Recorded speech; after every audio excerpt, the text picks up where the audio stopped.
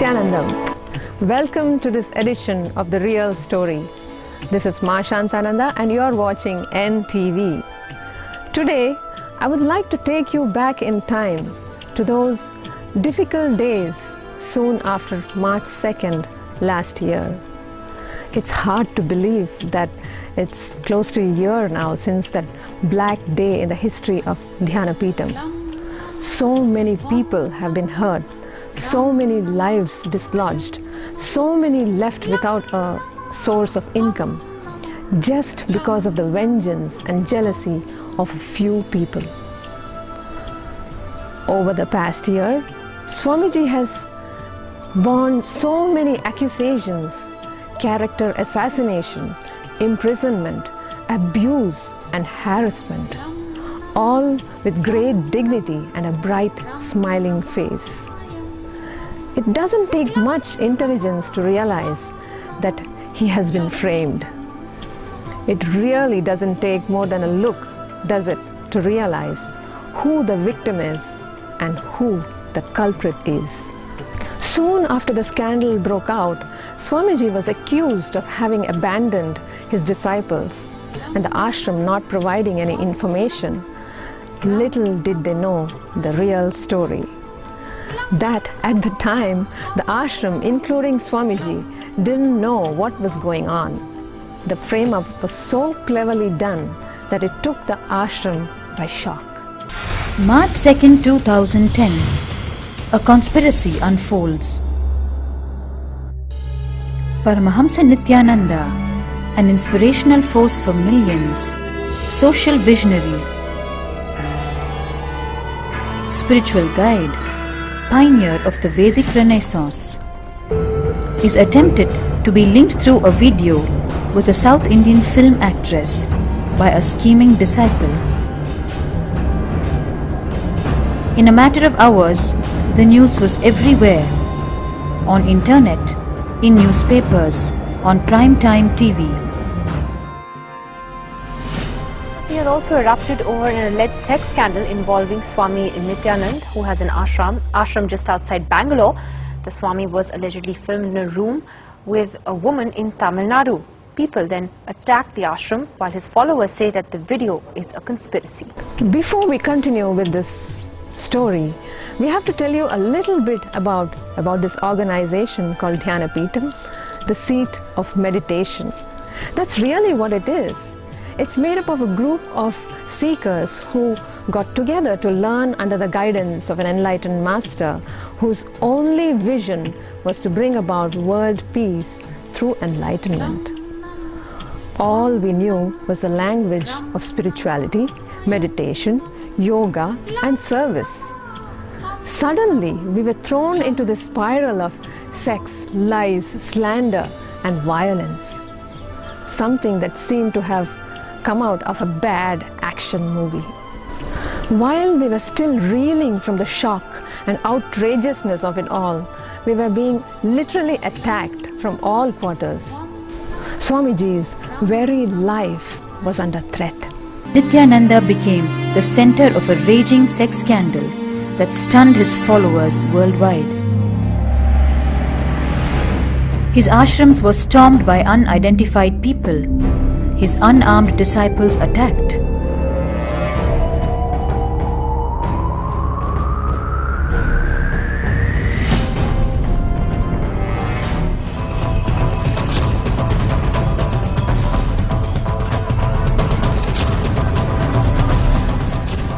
While the world watched, and those in power remained silent.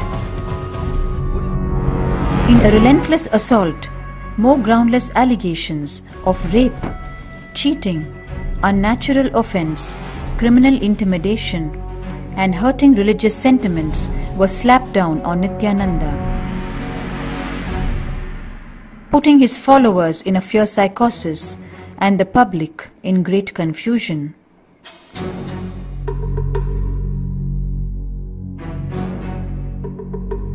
With no evidence, no victims, and no other side of the story, denied the fundamental standing of innocent until proven guilty, Nityananda stood guilty until proven innocent. The ashram reached out by having a press conference soon after March 2nd, but all explanation fell on deaf ears.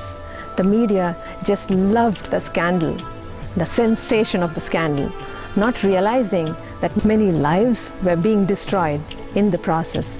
After being betrayed by one who we considered as family, the ashram didn't know who was friend and who was enemy anymore. A difficult decision had to be made. Swamiji, who was already on a pre-planned trip to the Kumbh Mela, was asked to stay back and not return until things cooled down. Every day brought fresh allegations that a few ashramites had fled the ashram, that the remaining were held captive inside, that affected people were filing complaints and cases, that more similar videotapes were tracked, and that Nityananda was in hiding.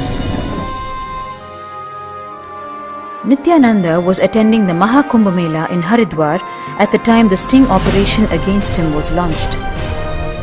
Within one day, hundreds of my ashrams and centers have been broken.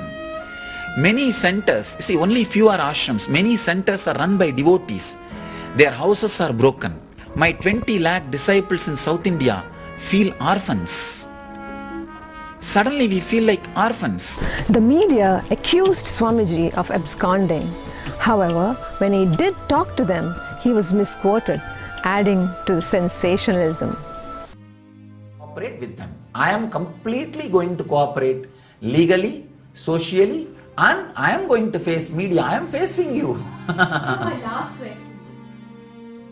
But what Nityananda spoke reached the people with misleading connotations. What created the entire furor was a video.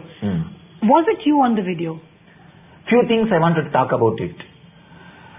Surely there is a lot of misrepresentation, manipulation, conspiracy and morphing. While Nityananda starts clarifying, the caption says, "Yes, it's me in the video." When such distortions became the norm, Nityananda was forced to switch to YouTube on the internet. I don't understand this concept of fame and defame. Why is Nityananda being misquoted? Why so much speculation?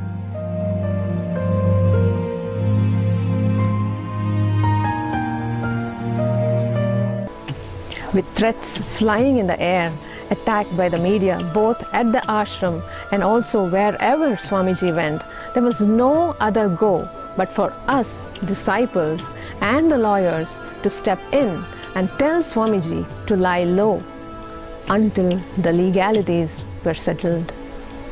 Did Nityananda really flee the ashram? The Bangalore ashram confirmed Nityananda's presence in the Mahakumbh Mela in Haridwar as per his earlier schedule. Swamiji is right now in the tradition of Kumbh Mela that happens every 12 years. Spiritual gurus use this time to go on Parivrajika and take the dip in Holy Ganga. He is in that process. We've informed COD officials that Swamiji would make himself available anytime within 24 hours of their request. But it was continued to be claimed that Nityananda was in hiding.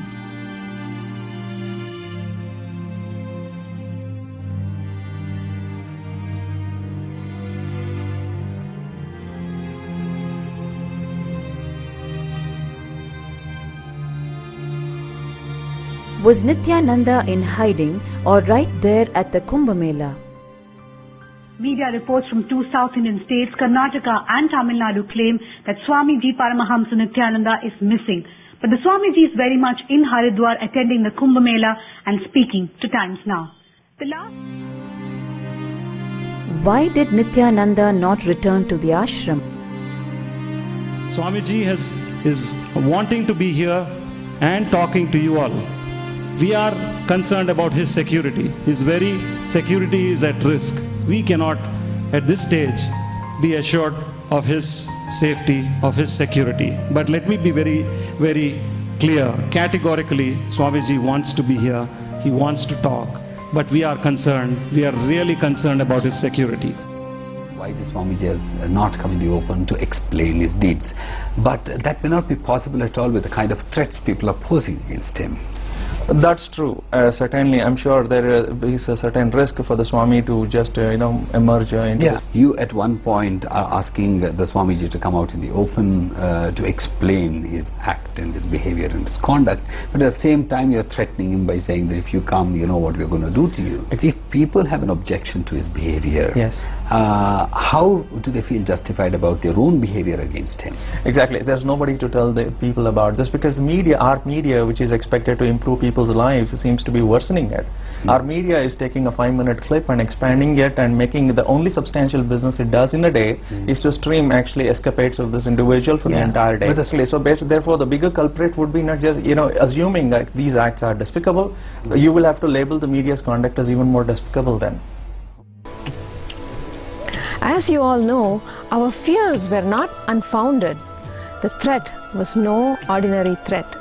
Swamiji was arrested and kept in police custody for 53 days. The magnitude of the attacks that followed made one wonder. Was this a planned attack of just one individual? Or was it the work of forces that felt threatened by Nityananda's rapid rise? Or was it a conspiracy against Hinduism and the Vedic Renaissance that Nityananda symbolized? Or was it a collaboration of all three?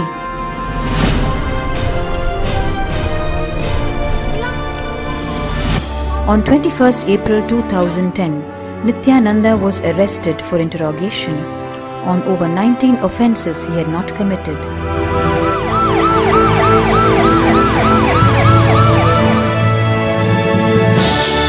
The players were big timers who were experienced at this kind of a game.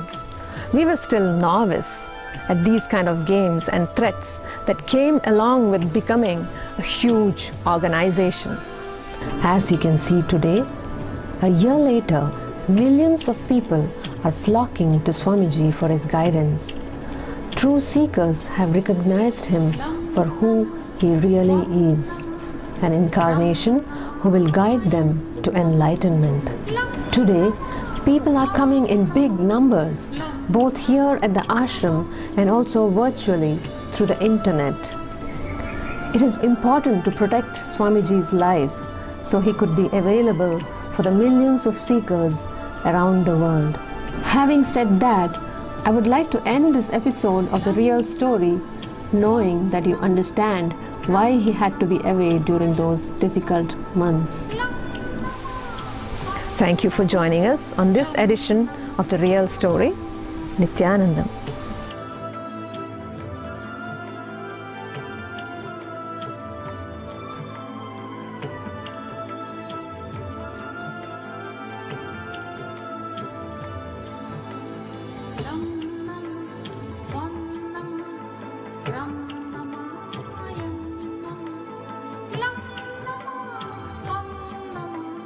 Lam